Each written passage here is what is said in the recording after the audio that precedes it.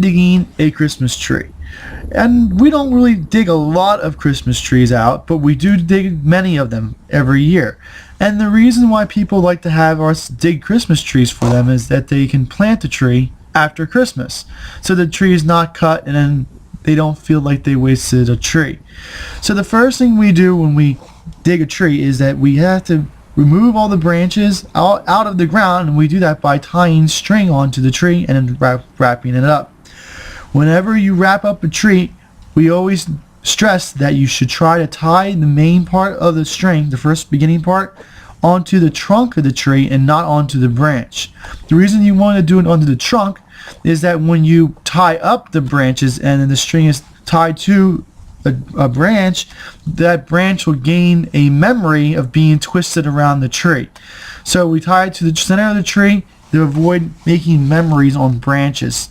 And you'll definitely notice that when you get back to your house, that if there's a memory on a branch, the branch just won't look right. After we tie it up, we grab a handy dandy shovel and we start removing the grass around the tree. There's two reasons to remove the grass. First one is that the top a little bit, there's not a lot of roots there, it's just extra dirt. So we just want to remove that so when we dig the tree out, there's a lot less weight. Secondly, we do that is that we remove a lot of, we put a little taper onto the tree. The soil is tapered away from the center of the tree.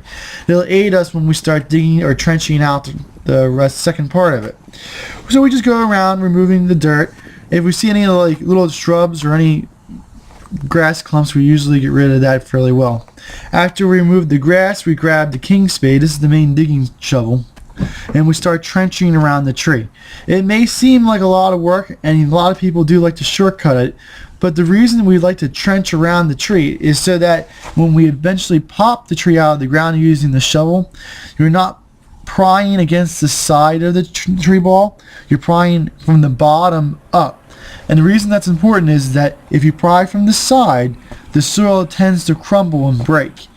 When you pry from the bottom, the ball usually comes out in one piece. If the ball breaks, then a lot of the roots and the small root hairs break off of the tree, and it makes it much less viable of a plant once you try to plant it in the ground. Everybody does the digging a little bit different. And when I was little, I was taught many different ways of doing it from different crews that we'd hired to go and hand dig trees. The one way I like to do it is I like the one day that we had a bunch of Irish guys come in. They were hand digging trees for my dad, and they taught me this style. But everywhere you go and everybody you talk to has a little bit different style of digging trees. So I always call this the Irishman's digging style because that's who I learned it from. When we dig out the tree, we always start a little bit bigger of a ball than what you need. Then you work taking extra soil around until you get to the right size tree ball. Once it's about the right size tree ball, we start making another taper, making the tree ball from where the top of the ball is down to where the base is, a little bit of taper going inward, and that helps keep the ball a little bit more together as well. I like to do that too, is that also when we dig it out of the ground and we wrap it, the string that we put on it usually holds a little bit better, it makes it a little bit tighter. When we have people go dig trees with machines, they always have a taper to it as well, so it makes it more uniform when you go to the nursery and buy the tree out. Every now and then you'll find a root that sticks out that's just a little bit bigger than you want to cut with the shovel. Do try to use pruners to cut those so you make a nice clean cut with it. If you have a real sharp shovel, you can go through it, but too big of a root, you never get a really nice cut on it. So do have some sort of ways of pruning large roots so that you don't make major injuries that don't heal over time. So as we get closer to getting the tree ball to the final form, we do a little bit of tiny little cuts downward, and we make a nice little groove down the base as deep as we're going to trench out. The reason for that is that we like to use the shovel to try to dig underneath the tree ball, and the better the angle you get on it and the more uniform the angle you get on it going around the tree, you get a nicer, rounder, better looking bottom, and that makes it easier for when you tie the string onto the tree. Now it was really cold out this day. I think it was like 20 degrees, and the shovel I had was sitting outside, so it was freezing, so my hands got a little bit cold, so I got to warm up my hands a little bit. After I warm up my hands, I start with the initial digging underneath the tree, and this is the only time where I like to really use my feet to push pressure down on it. One key thing that I learned is that when you dig the tree out and when you're digging down, you don't like to pry on your first initial digging with your feet, because if you pry, then the ball starts to break apart a little bit. So after you go all the way around it, then you can pry it and break it out of the ground. We grabbed a little piece of burlap. It was really cold that day. Even the burlap was frozen together, so it took some time to get that spread out. And I made a little mistake here, and you'll see I'll correct it. I am right-handed, so when I go pick up the tree, I want to have the burlap on the other side of the tree so that I can use my right hand to pick up with most of the weight.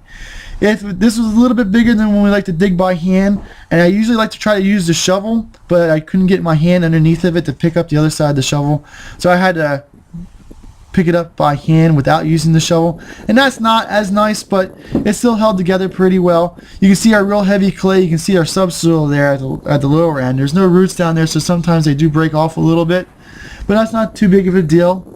In our area, every area you dig a tree out of, the root systems are a little bit different, and that has to do with how much air, how deep the roots can go to get air, if it's too wet down there. But we're in Pennsylvania and we have a fairly heavy clay, so a lot of our roots are up in the upper layers of the soil, not too many down in the lower layers. You can see kind of where those white roots sticking out that I cut, and most of that's up with the upper edge.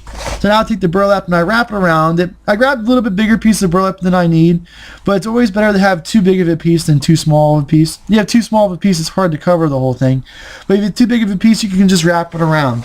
Whatever extra burlap you have, I always like to wrap around the center of the trunk of the tree. The reason I like to do that is that when I take the twine and cut the twine and I tie onto the tree, that twine's tied on and it's rubbing up against burlap, not up against the trunk of the tree. It's not that big of a deal, but I think that if you have a delicate tree like that's still growing, like a maple or dogwood, and the bark's growing at that time, and you put the string onto it, you can sometimes damage the bark. So it's just a convention I like to use, so you assure that you don't damage the bark of the tree. I don't know how effective it actually is or how much you need to do it, but that's what I like to do. The first piece of string goes right around the tree, just as so, underneath of it, and then I like to try to make it go through the center of the tree as possible. Sometimes it's really hard, but the more on center you get, the better the tree ball is going to look. And this is basically the string that you use to pick up the tree. It doesn't really hold the ball too much in place, but it helps you move the tree around. And I do the second one around, making it go through perpendicular at the bottom. I loop the string through itself, and that holds the string in place so it doesn't move. After that, go back around up to the trunk of the tree, and then we just tie it off. You can see it at the base that it loops through, and that kind of anchors it. It doesn't really move after you do that simple little tie off on the bottom, and you just tie off on the top. You can try to make it as tight as possible, but it's as hard as you pull, it'll always go loose, mostly because the string kind of molds into the soil, so it doesn't really get real tight. So you cut off that extra. You tie it onto the other piece that you have because you don't really want to waste too much. You take a little bit extra, and we're going to do the sides now. This one here is going to help hold the ball together the most. This is more the structure one, and you can really get this next part tight.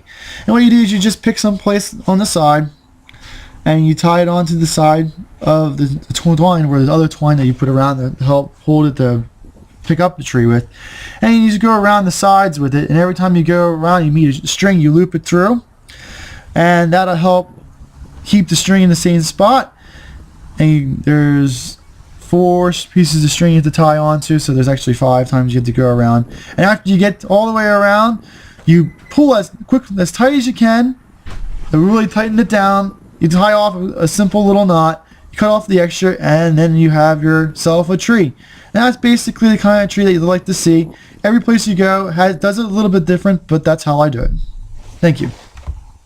During the Christmas season, Highland Hill Farm has a cut your own Christmas tree operation where you can go out into the field and cut a Christmas tree. We also have pre-cut trees in our yard as well.